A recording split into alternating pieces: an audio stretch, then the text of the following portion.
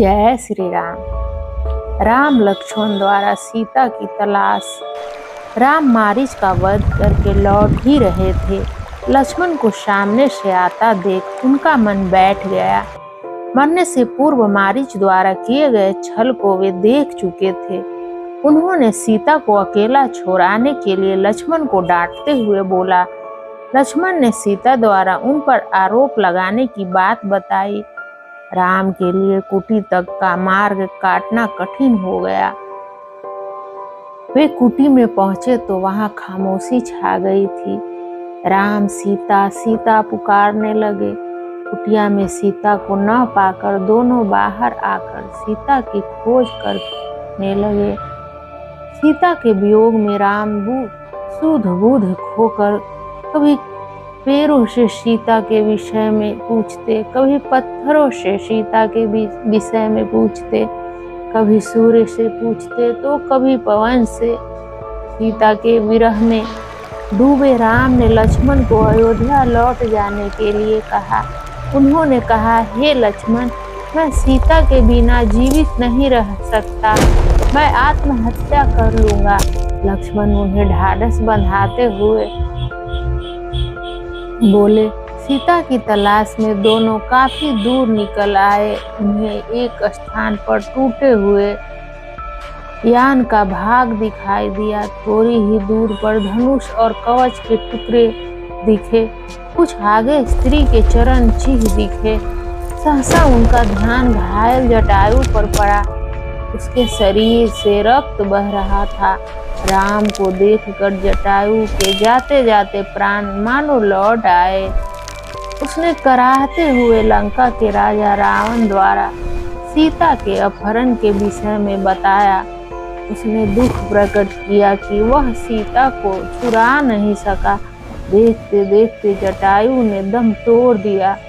जटायु के इस बलिदान से राम भाव विभोर हो गए। उन्होंने जटायु का सिर गोदी में रख लिया और लक्ष्मण को वन से लकड़ियां लाने के लिए कहा। लकड़ियां एकत्र कर उन्हें अपने पिता के मित्र को उन पर रखा। अग्नि प्रज्वलित कर उन्होंने जटायु का दाह संस्कार किया। वे सीता को खोजते हुए चल पड़े। अचानक एक राक्षस ने उनका मार्ग रोक लिया। उस विशालकाय कबंध नामक राक्षस का सिर नहीं था। उसने राम लक्ष्मण को उठा लिया और उन्हें खाने लगा। राम लक्ष्मण ने कबंध की दोनों भुजाएं काट डाली। वह घायल होकर तड़पते हुए धरती पर गिर गया। राम के स्पर्श से वह श्राप मुक्त हो गया। उसने राम से उनका परिचय पूछा। राम का परिचय पाकर उसने बताया कि ऋषि के श्राप से वह राक्षस बन गया था। इंद्र ने अपने वज्र से उसके सिर पर चोट की थी, जिससे उसका सिर छाती में घुस गया था। उसने सीता की खोज करने के लिए दक्षिण पश्चिम की ओर स्थित श्रम्यमुख पर्वत पर जाकर सुग्रीव से मिलने का परामर्श दिया। राम लक्ष्मण कबंध का दाह संस्कार करके आगे बढ़ गए। पंपा नामक सरोवर के किनारे पर मतंग ऋषि का आश्रम आ गया। दोनों ने आश्रम में प्रवेश किया। समरी मतंग ऋषि की शिष्या थी। राम लक्ष्मण को देखकर उसकी प्रसन्नता का ठिकाना न रहा। उसने दोनों भाइयों के चरण धोए, उन्हें स्वच्छ आसन पर बिठाया और खाने के लिए फल दिए।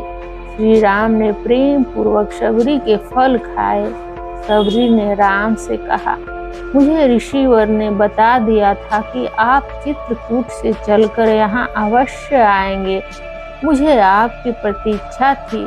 सीता के विषय में जानकर उसने राम को सुग्रीव से मित्रता करने का परामर्श दिया।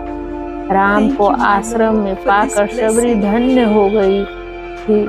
उसने राम को आश्रम का कोना कोना दिखाया। राम सबरी के भक्ति भाव से बहुत प्रभावित हुए। सबरी ने राम से देह त्यागने की अनुमति मांगी।